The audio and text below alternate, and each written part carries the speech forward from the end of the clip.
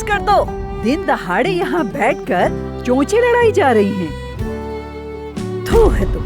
तैयारी तो ऐसे कर रही है जैसे किसी जागीर के मालिक बन बैठी हो, लेकिन हकीकत में तुम सिर्फ एक बूढ़ी औरत की देखभाल कर रही हो, इससे ज्यादा कुछ नहीं। क्या बूढ़ा होना बुरी बात है? आप भी तो बूढ़ी है फातिमा आंटी। क्या कहा तुमने? हाँ, मैं बूढ़ी हूँ? इतनी सी पिद्दी, देखो क्या कह रही है मुझे। कोई मुझे नहीं ले जा सकता, मैं नहीं जाऊंगी।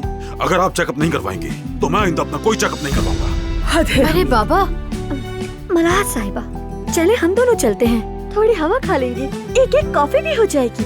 ठीक है, तुम्हारे साथ चलती हूँ। ये बताओ, तुम जादूगरनी हो क्या बेटी? शायद ये नौजवान आपके मंगेतर हैं, ऐसा ही है ना? नहीं डॉक्टर साहब, आपको गलतफहमी हो रही है। चलो अब तुम लोग यहाँ खड़े हो जाओ, मैं तुम्हारी तस्वीर लेती हूँ। अरे तुम यहाँ क्या कर रही हो? हटो सामने से, हटो जरा।